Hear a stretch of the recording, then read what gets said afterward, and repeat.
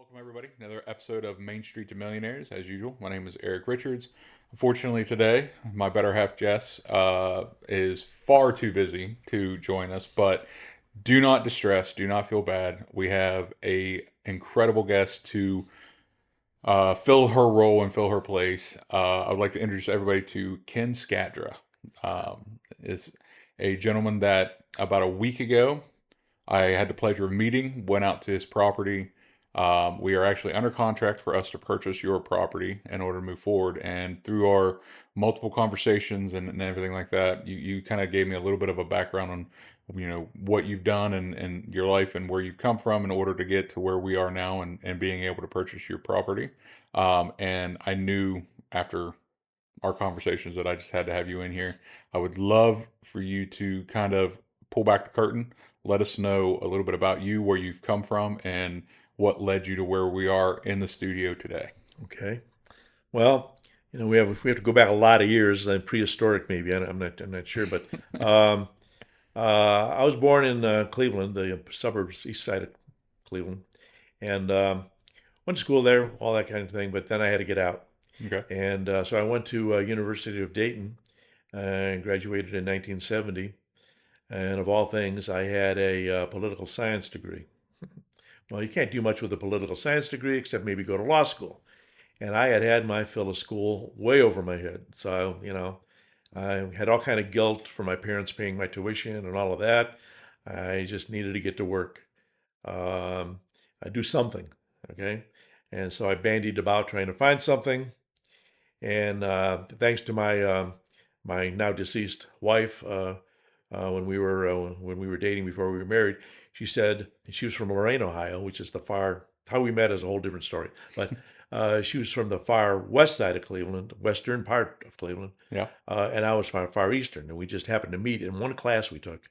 And one class that I didn't ask her for a date, we would have never progressed from there. But anyway, another story. So she said, well, in Lorain, there's this huge company called Ford Motor Company, and they have an assembly plant. Had an assembly plant there. They no longer have it. And she said, they're hiring. I heard. Why don't you go out and see if you can do that if you really have an intent to go to work. I said, okay, fine, I will. And went there and I applied for the hourly people, the hourly folks on the assembly line, Yep. just to get a job, to get some money in. Okay, and so I filled out the application. The guy, it's a cardboard application. He tosses it in a corner on top of about 600 other applications. Says, well, I don't think it's going to happen. So on my way out back to my car, I passed their administration building, and the lights were on. Walked over there, opened the door, looked down, and it said personnel. That's where the light was coming out of the office. I walked over there and said, "Hello, just looking to see if you might have a opportunity for me to work here." The guy goes, "Who are you? How'd you get in here?" So, make a long story short, he says, "Well, I might, but I don't know. It's kind of select. Can you type on an electric typewriter?" I said, "Yeah, I have one. That's how I learned to type." He goes, "Really?" He gave me a typing test. Following Monday, I was hired for a clerk's position. Okay. A year after that, I was promoted to industrial engineer. From clerk to industrial Yeah, there engineer. was an opening, and I had a really good mentor. He was always pushing for me, and so I did that then for the next 6 years. Okay. Okay, and then we bought a house. I was settled in, had a baby, first baby. My wife was there. She was comfortable with her friends for the environment. That's where she grew up. I liked it too. So I came to her one day and I said, "I want to buy a golf course." She goes, she goes, "What?" Okay, I'm trying to dodge the skillets coming at me. Yeah. But she said, "Hey, I know you have a passion for that, but go ahead." So we found one in upstate New York of all places. Yeah. Okay, and the federal government was selling it. That's another whole story how that all happened. So I left my job. I was working 58 hours a week, 10 hours a day, 8 hours on Saturday, every day, every week, and then had to change shifts every 4 months from 6 to 4:30 to 5:30 to 4 in the morning. Okay, and you did that every 4 months, so you didn't know Whether you're coming or coming or going, going. or sun Yeah. sun was going up, sun was going down. You didn't know that. Yeah. Okay, so try not to make a long story, a short story long, but I'll do that anyway. Yeah. Um, so we got to the golf course, and I had grown up across the street from two golf courses, had caddy there, had worked there in maintenance, so it wasn't like I was, oh, on a whim. Yeah. Okay, I knew what I was getting into, and I had some advice from people that I trusted, and I got into it, and they said, "Well, you're never going to make it up here because you know what's next to you." I said, "What? Greek Peak? What's Greek Peak?" That's one of the major East Coast, Eastern Seaboard ski resorts. Well, you know what ski resorts means? Ski resort means you got to have snow, so you can have a shorter season than down below in the lower 48, as they say. So anyway, make a long story short, we hired everybody. It had an Olympic-sized pool. I must have had 16, 18 people that I hired. Hmm. Okay, for maintenance and the rest. We had a full service restaurant and an Olympic-sized pool. Hired the lifeguards and all that. Okay, and start sending out invitations for people. Okay, and believe it or not, in that little rural area between Binghamton, New York, and Syracuse, up Route 81, around a town named Cortland, rural area. All these people were just like interested, starving. So they send me their membership. I told them what the membership was, and they start sending me fees, and I was using that as my seed money to get everything else started, and it's kept on rolling. And then I know Eric wants to talk about salesmanship. My first endeavor into salesmanship was to sell myself to the people around there as well as to the organizations because I couldn't depend on day traffic that we were in such a rural area. Yeah. So I had to get outings to come in. I had to get these organizations, businesses, to get their outings to come in and have a golf day or a golf weekend or whatever they wanted. And that just proved to be a boon because um, doing that, selling myself, telling them what the advantages were, to get away from the big city, to get into a rural setting, you'll have your people in, relax, enjoyed. They'll be in a better frame of mind when Monday comes around the next time. And so they bought it. And I would get these people in, and they would spend back then, this is 1977, they would spend 15, 20, $25,000 over the course of 3 days. Okay? So anyway, we did that. Found out that the government wasn't going to repair the pool that had three major leaks. That was my out because I had put up a whole $5,000 in escrow to conduct the purchase contract. Yeah. Okay, and and the guy, my broker, who brokered this deal, he agreed with me that okay, it's you didn't buy it as is. You bought it with the contingency that the pool was going to be able to be filled with water, and now you got to give all that pool memberships back, the money. And so it turned out that the monies that I had put into it for repairs, for maintenance, for other things like that, develop the business, they considered that as a lease payment, and I was done at the end of the year in November. Okay, and this again, 1977, we cleared after taxes about $75,000. Okay, in 77, which is now is like it's like 250 or something like that. Yeah. Out of the blue. Okay, just my wife and me. That's who the main ingredients were. After everybody's paid, everything's Yeah. covered. Yep. Everybody, all the taxes, The end of the all first all season. all the accountants, all the lawyers, Oh yeah. all of that was paid, and we still came out with that kind of thing. So that was my first endeavor into salesmanship. Probably makes it way easier the next time you go to your wife and say, "Hey, I want to do Yeah, something." well, it could have gone south really quick too. Yeah. I mean, it could have Well, I been. mean that's business though. Yeah, it is. You gotta go. No risk, no rewards, right? That's it. No risk it, no biscuit. So, and again, I know Eric wants me to talk about salesmanship and how I got into that. So, come back home, and I don't have a job, right? And come back home is to Cleveland. And of all people to contact me was my insurance agent. He goes, "Hey, what are you doing?" I said, "Nothing." He goes, "Why don't you come over to my office and learn how to sell insurance?" I said, "Really? I don't think that's high on my list, but I'll listen. What the heck?" Yeah. Okay. Again, long story short, I got hired there. It was life insurance, strictly life, just hard sell. That's a hard sell. Yeah.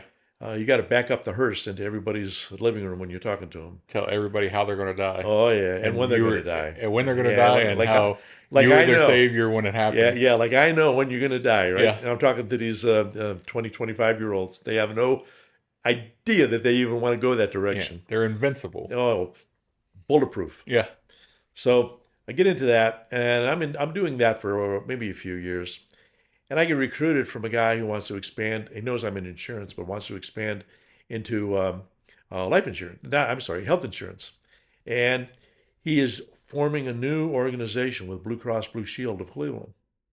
He goes, "You want to come on board and be my first guy?" I said, "Yeah, I'm not doing anything special." Okay, so that expanded my knowledge of the insurance industry to a point after I worked with him, I got into my own office. I became a general agent, they call them. And I had various other companies that I would pick and choose whatever the best situation was. yeah, Okay. And I was always looking for a niche. I think if you can classify my venture into salesmanship, I always had to find a niche of some sort. Okay. That separated me from Joe Schmo. yeah. And I think that's what would make me successful. And eventually it proved out to be, it did make me successful. So the niche was to sell to small businesses. Okay. But how do I contact them? And I also sold financial instruments also. How do I contact them?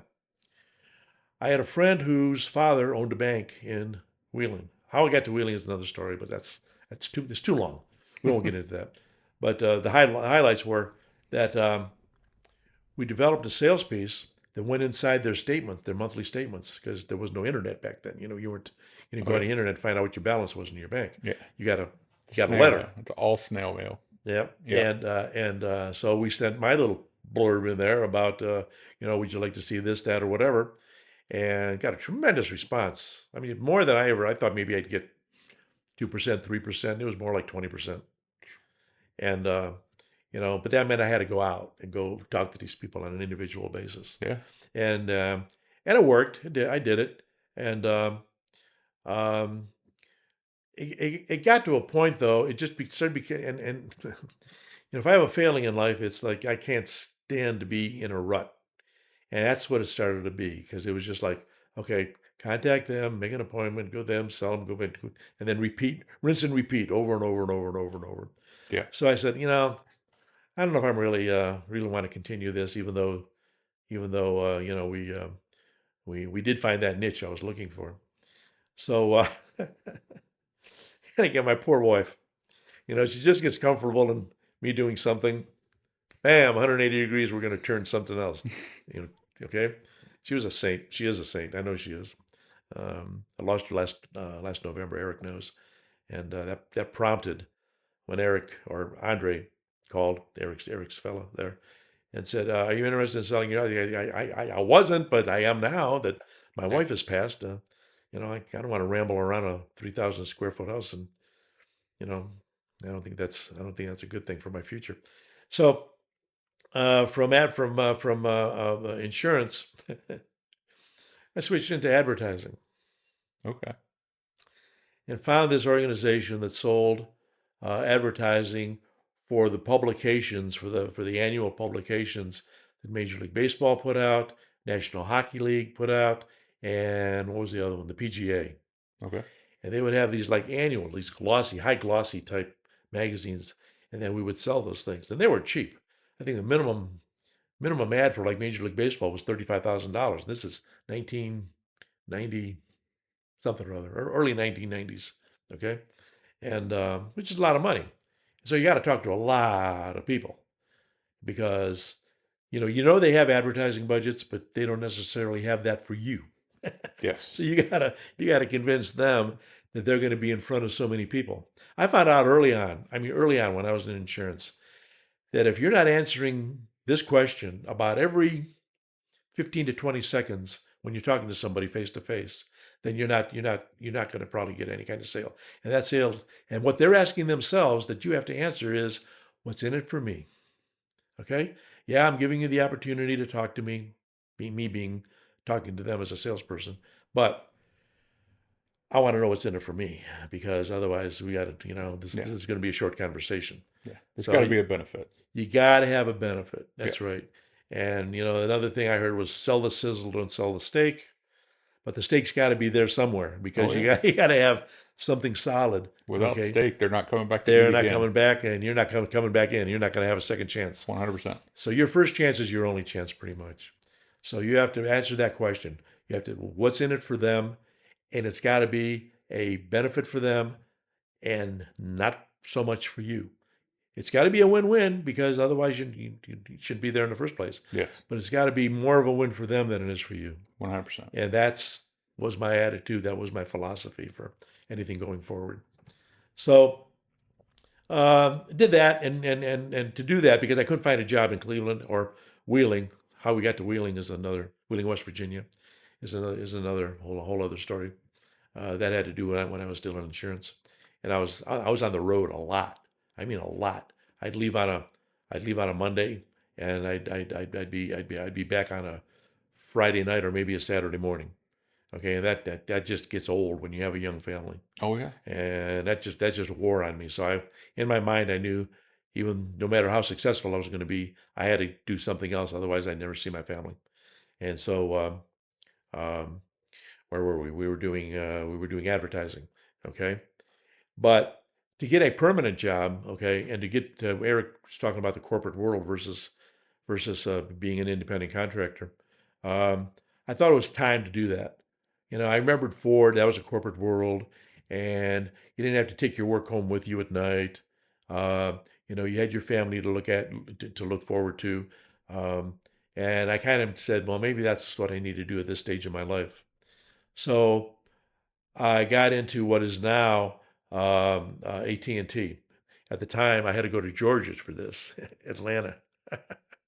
It's a, I've been a lot of places. I can tell. Um, not necessarily by my own choice, but been in a lot of places. Um, so AT&T in Atlanta, Georgia at the time was Bell South. That's the organization I was in. And again, always looking for a niche. Okay, and I was competing with 5 offices of about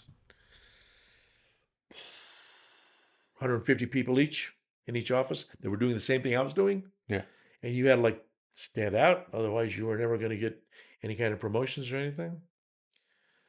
So I found a niche where nobody was selling long distance because the cell phones were just starting to get into vogue, and you don't pay long distance fees anymore for on a cell phone. Landline, yeah, but then they were getting away from that because everybody was using their cell phone, and they got all this copper in the ground. All these telephone companies got all this copper in the ground that they got to use. Otherwise, what do we do with all this? Okay, Yeah. and those were the landlines, so they had to find a way to accommodate people. So I got into a niche where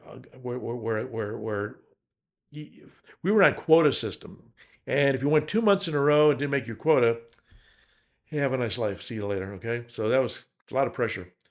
So to get to a quota, you had to have something steady coming in pretty much every month. And I found a guy or a series of guys because there were more than one after I developed this who were doing this throughout the country, and that was they were providing 800 numbers for their clients to call in on answering services. Okay, he was selling answering service business, and he had to have 800 numbers. Well, I found out that Bell South at the time, AT&T, could bundle these 800 numbers into groups of 100 where it would cost the guy like next to nothing. Yeah. And I would get all kind of credit on each individual number that I sold. And that's how I made my quota like in the first 2 days of the month. And then after that I was just doing whatever I wanted to do. And gradually I kept rising through the ranks doing that. And out of the 600 some people or so, 150 times 5 is what? 750. 750 people.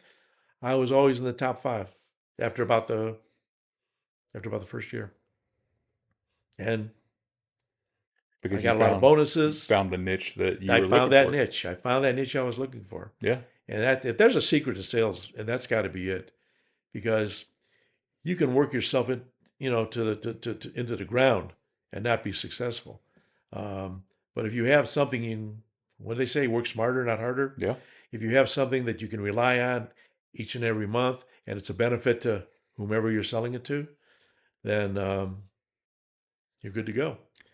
I would say that's probably business in general, right? Yep. There's the saying that I was just spoon fed when I first got started was there's riches and niches, Yeah. right? Yeah. So Yeah. if you're going in and you're trying to compete with people that have been doing it for years and years ahead of you, and you're trying to compete on the same level as them, you're always going to fail because they're way ahead of you. Yeah. Yeah. You're You'll never going to never catch catch up. up, right? Exactly. You find your niche to where you may not be doing the same thing they're doing. It may be Right. in the same field, whatever it is, Right. automotive sales, Right. like business sales, whatever Right. it is. Right. But if you're only doing this much, you focus on that much, and you're the best at that Yep. much, that's where you're going to catapult yourself to be the most successful you could possibly And your be. reputation is known for that also, Yes. because if you're the expert in whatever you just developed. Yeah. Nobody else is the expert because they don't know anything about it. No, they may touch on what you do, but they're not the That's expert. right, and that is that niche that will make you a successful salesperson. 100%. And Also, on the positive side of it, you're hyper focused on that one thing too. right, You know what I mean? well, So you're able to focus. You can't 100%. because you're not looking at 16 Yeah, different things. you don't have the distractions to be Yeah. able to pull you away from it, so Yep. you can make sure that Yep. that is your number one. And So that's how you become an expert in that field. that is absolutely it. So I And think that's a huge lesson for people to learn yeah. is finding that niche, especially young kids coming up. I don't know what to do, like college my thing or sales, Yeah. like whatever they're doing. Like find a niche that you can be happy with what you're doing. Don't get in a rut, like you said, right? And Because and you don't have to beat your head against the wall by trying to do everything, trying to be an expert at everything. no, Nobody's an expert at everything. no, If you can find that one or two things where you are comfortable doing it and you can offer that benefit for people that they're looking for, what's in it for me, yeah. okay? And you're the authority on that particular thing, you're going to be more successful than you ever thought. One out of what probably 10 million people can be multifaceted to be experts in multiple things, Yeah. right? Those the Elon Musks out there Yeah, that can well, he can have a rocket company, a telecommunications company, a car company, like he can be the yeah. foremost expert on that many things, but there are not that many Elon Yeah, Musks. most people don't have a 200 IQ. That too, And right? so you got So to like weigh your circumstances. 100% know where you fit in and be the Right, best at that. right, right. That's awesome. So there is so much that you said that I want to touch on, but the golf course, Oh my.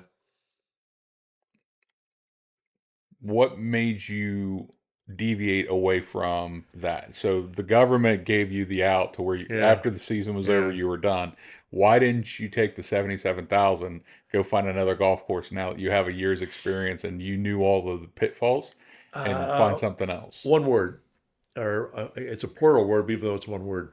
Employees. Good answer. I did not know what I was getting into when I had to hire people to work various things that were associated with the golf course. Like I said, the lifeguards who really didn't pan out because we were never able to use the this Olympic sized pool. But I had to have maintenance people. Mhm. Okay, I had to have somebody I could train to be a greenskeeper. Okay, who knew agronomy. Okay, and how can't use that fertilizer. Got to use this fertilizer. Can't do this time of year. I got to do it that time of year. Yeah. Okay, I had to have somebody like that, and then a top flight mechanic because everything was breaking. Yeah. I mean, everything breaks. If you think you're buying something new and you don't think you're going to have to do any maintenance on that for a while, you're totally wrong Yeah. because it's going to break just from sheer use. That's all. Unless it's sitting in a corner under glass, Yeah. and you're never going to use it, that's fine. But if you got to use it every day, Yeah. it's going to If you're, break. if you're buying a So, golf museum, yep, it'll there you it'll be go. fine. That's Outside of right. that, Yeah. So you got to find somebody competent, and that's just a struggle by itself. And then people and unfortunately, I experienced this. People you can trust when you're away from it. yeah. Okay, who aren't going to stick their hands in a till and take out half the money or whatever. Uh, I think I got caught in that a little bit because my wife was having her second baby in August. I mean, August. Well, when's golf season? That's about the middle of golf season, right? Yeah. So she had to go back to Cleveland, and I was there, and I had to go. I want to go back and see the birth. I got a second child, and so I had to leave this married couple in charge, who we sort of trusted, had only known them for like 3 months, 4 months maybe, and I think they kind of helped themselves to some stuff. And then you had all the other people. You had to hire people from and again, that's another good thing. If you're going to be in that kind of thing, it's the people you hire is going to make you successful or not, because you can't do it all by yourself. Like I can't cater a dinner when we had those outings. One of them was the Bell Telephone, Northern Bell Telephone, um, their Pioneer Group, which was their charity organization, and they brought, oh my gosh, they brought well over 300 people. Yeah. Okay, on a 3-day weekend, and they spent a lot of money. Oh yeah. But you got to feed them like every meal for 3 meals a day for 3 days. Yeah. And who's going to do that? Who's going to do the menu? You got to have variety. What are we going to? You can't give them Cheerios every meal. so we had to have somebody who could do that, and I fortunately found the banker I had found to do my business while I was there. His wife was a super caterer, and she volunteered to teach my wife how to set up for, 150 people at a time or 300 people at a time or whatever it was. And you just you don't cook individual meals. You cook. I remember I said, "How are we going to feed these people?" Well, we have a chicken recipe. Chicken, yeah, chicken. Number one is cheaper than steak, and you can feed a lot of people, and you can cook it a lot of different ways that'll satisfy a lot of different people. How are we going to cook for like all those people? She said, "You have cinder block?" Yeah. So we put up a cinder block square, maybe about 4, maybe 5 layers high, however long it was. Filled it up with about 10 or 12 bags of charcoal, threw gasoline in there, stood back, threw a match, and this thing just like erupted, almost like an explosion. I said, "Oh my God, what am I doing here?" Okay, they're going to put me in jail for this. And she fortunately had these big grates that fit over that square. She knew how big to build a square, but she had these steel grates that you could hold. They weren't that heavy, but they were enough to hold like 18, 20 chickens at a time, whole chickens. Yeah. Put that in there. She put her secret sauce on it, and man, they loved that. They were asking for more. We were out of chickens by sometime the morning of the last day, Sunday. They wanted more chicken for their lunch and for their dinner, and we didn't have any more. We had to go, can we buy more chicken? Yeah, but they're frozen. Well, maybe by the time they've done golfing and by the time we're ready, it'll thaw out. So, but she was a godsend, but you got to, again. The point is, you got to have good people who know what they're doing, Yeah.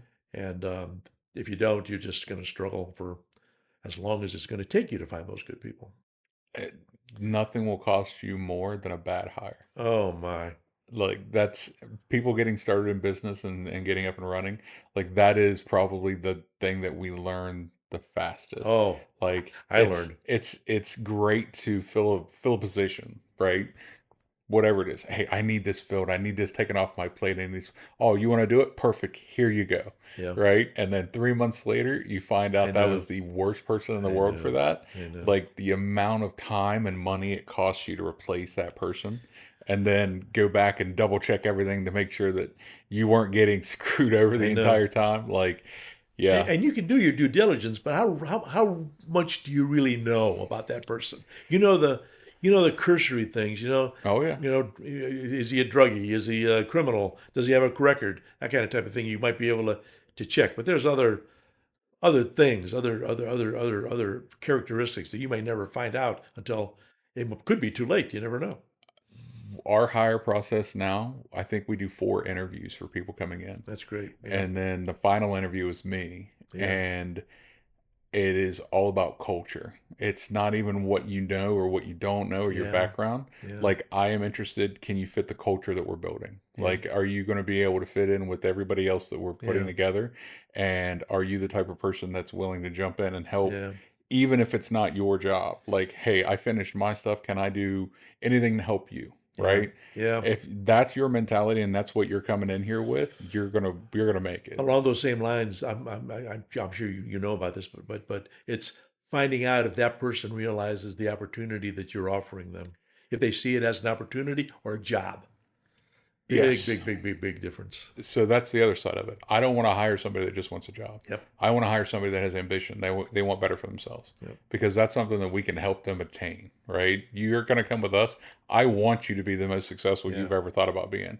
What you thought you were going to be 10 years from now as far as success, I want you to get that in the first 2 years, so that way we can catapult you from there. Yeah. Even if that means you don't work for me in 2 years, I still want that for you, because it's going to be reciprocal, Yep. right? It's going to come back, Yep. and we're going to still be able to work together in some facet, because we were able to achieve that together. Yep. You helped us, we helped you, everybody wins, right? The biggest problems with people that we've had coming in is they're they're like, I want it now type of mentality. And I joke with my wife all the time. I call it the JG Wentworth mentality. Like, it's my money and I want it Yeah, I want now, it now. right? Yeah, I saw the Like, commercial. Yeah. I have no problem paying people what they're worth, and the value they're bringing to the table and stuff like that. It's the people that come in and that's all they want. They don't have any ambitions to be able to grow, Yeah. right? And if they don't get to where they think they're entitled to get to in an Yeah. amount of time, then they're just going to burn the bridge and close up shop. Right. You know what I mean? Like, those are the people that I have the hardest problems with. Well, I appreciate where you are coming from, because I think that's what made our relationship as good as it is. I believe. Um, uh, you were a breath of fresh air, okay, and for you to say what you were going to do to my property and how you were going to market it, and being more than fair with me. My goodness, I couldn't. It was going to take a special type of person or organization to buy my house because of all the things that it needed. You know, I wasn't going to sell it to a family of four and they were going to move in next week. No. That wasn't going to happen. So I appreciated that. But by conversations we've had subsequent to that, you know, I can see where you could attract that kind of person to you, because I'm willing to do anything for you right now. I'll you name it, I'll do it. Okay. Um, um, We're you right have at 40 minutes. Okay. you have that kind of quality about you. So And I appreciate that. Well, with that being said, I genuinely appreciate it. And I do believe that we have, you know, a budding friendship that's going to go on I forever. think You know what I I mean? believe that too. I would love to be able to, if you had one passing note for the next generation coming up, one thing that, hey, if you do this, some degree you'll have success. Well, that's what I was going to say. If you can trust the process and the I guess the actions, that's a poor word, but the experiences that other people have had before you, and you can see how successful they have been, okay, why would you want to do it another way? Okay, why would you not want to, like, if not follow exactly, at least emulate what they did to become successful? Yeah. Um, uh, you can't start from square one and try and invent the wheel. The wheel's already been invented 150,000 times already. So if you can learn from what somebody does and find a mentor, find somebody who's willing to, you're willing to trust and they're willing to trust you in order to show you how to get from where you are to where you want to be. Um, that's really important.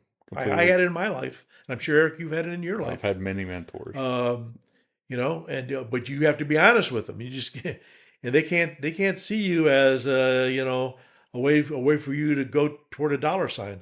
No. You know, The key to getting a mentor is finding somebody that can genuinely help you get to your goal, but somebody that you can provide value to as yes, well. It has to be reciprocal. yep. You find that and you pour into that person will pour into you, and Oh, and it'll unlock things you never thought were possible. more so, more so. You know what I mean? And a lot of people think a mentor is, oh, you're going to give me everything that I need so that way I can do this.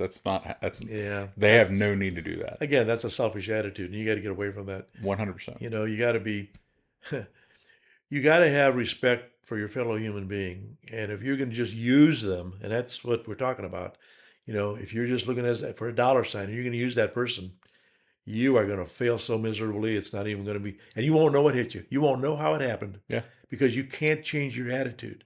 You have to have an attitude where you have, number one is respect, okay? And do what you say you're going to do, Yeah. okay? Trust is so important, and we have gotten so far away from that. You know, I'm a generation ahead of you. My generation had that, okay? My parents' generation had it in spades, Yeah. you know? And that's why when you and I first had our conversation and we had a handshake deal, that meant more to me than any paper we were going to sign subsequent to that. I And agree.